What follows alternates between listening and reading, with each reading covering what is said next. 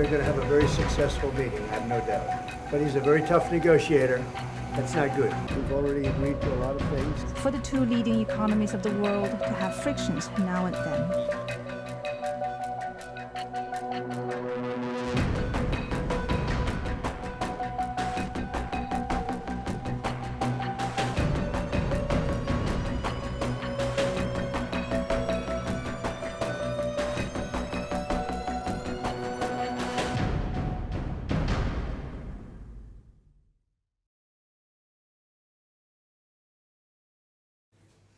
It has finally happened. The Trump-Xi Jinping summit. The presidents of the US and China met this morning in South Korea. The meeting lasted an hour and 40 minutes. It was their first meeting in 6 years. Of course, the world was watching. The cameras, the handshakes, the expectation, the whole shebang. There was hope that the two leaders would make progress on trade, tech, and military tensions. Instead, the summit turned into a show. Plenty of optics, but few outcomes. The China-US relationship remains as strained as ever. That was clear from the moment the two leaders met. And we're going to have a very successful meeting, I have no doubt. But he's a very tough negotiator. That's not good. We know each other well. Mr. President, do you plan to sign a trade deal today? Could be. I think we'll have a great understanding. We have a great relationship. We've always had a great relationship. This was before the talks began. Trump had a lot to say to the press. Even before he sat down with the Chinese leader, he declared that they will have a successful meeting and that the US and China have a great relationship. Chinese President Xi Jinping did not respond to any of that.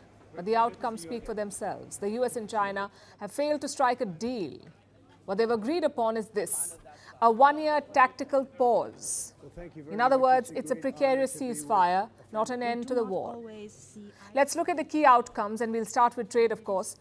For 1 year, Trump will reduce tariffs on Chinese goods. That's what he's agreed to. Reducing tariffs on Chinese goods for 1 year. In return, China will start buying American soybean again. The current tariff rate is 57%. The US is cutting it by a modest 10%, so the new rate will be 47%. Chinese exports to the United States will be taxed at 47%. As a gesture of goodwill, China placed an order for American soybeans just before the two leaders met. They bought 3 cargoes from the United States, and this was, like I said, just before the meeting between Xi and Trump. Remember, China is the biggest buyer of this American crop, but as trade tensions soared, China stopped buying. This was in the month of May. That's when they stopped. It was China's tit-for-tat response to Trump's tariffs. They stopped buying from the US and began importing from Brazil instead. This hurt American farmers. They are a key political constituency for President Trump. So now that China has resumed importing, the US farmers would be happy. That's the update on the trade front. No sweeping tariff cut. China gets a 10% relief for 1 year, and they start buying American soybean. That's trade.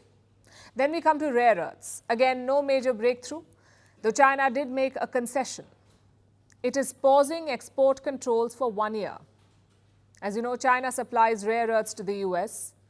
But in the past few months, it has introduced sweeping curbs, both on mineral exports and on the extraction technology. China refuses to share any of it. The first restrictions were announced in April this year. They are still in place. The second set of restrictions were announced this month. Those have been relaxed. So Beijing is being selective in easing pressure. But Trump is selling it as a big win. He says all roadblocks are gone.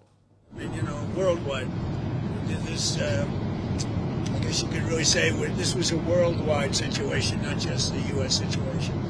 So we continue to produce the rare earths and buy the rare earths and everything else, when you see from other countries. But China is, that whole situation, that roadblock is gone now. There's no roadblock at all. Trump called it a win for both the US and the world, even though the matter is far from settled. China can easily turn up the pressure again. Next item on the agenda, is the supply of semiconductors or chips. The leaders discussed that too. Again, no specifics. Will China buy chips from US companies like Nvidia? Will Trump lift restrictions on such purchases? There is no clarity.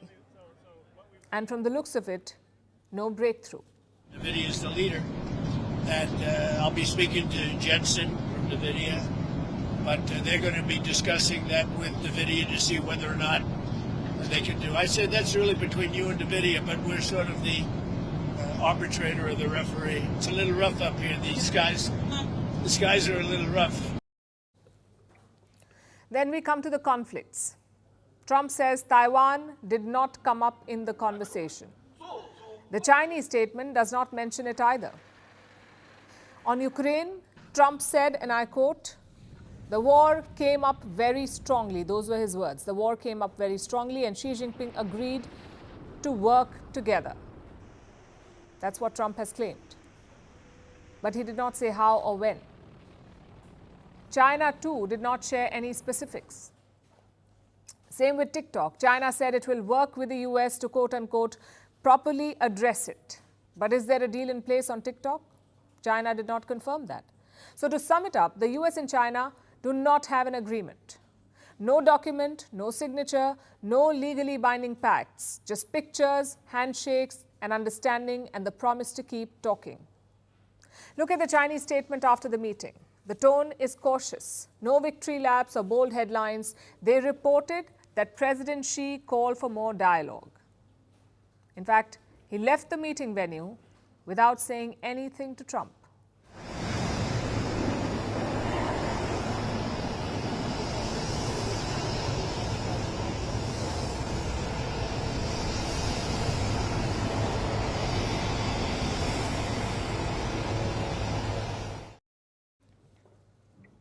Trump's version was very different, though. In his trademark style, he was quick to call it a win. He announced that he will be traveling to China soon and that the Chinese president, Xi Jinping, will pay a return visit. Hello, everybody. Mr. President. I thought it was an amazing meeting. He's a great leader of a very powerful, very strong country, China. And what can I say? We have, it was an outstanding group of decisions, I think, that was made. A lot of decisions were made, too. There wasn't too much left out there. I'll be going to China in April, and he'll be coming here sometime after that, whether it's in Florida, Palm Beach, or Washington, D.C. So what did this summit really achieve? A fragile truce, a pause, not a reset. The big issues like trade and tech are still on the table, and the deals are on shaky ground.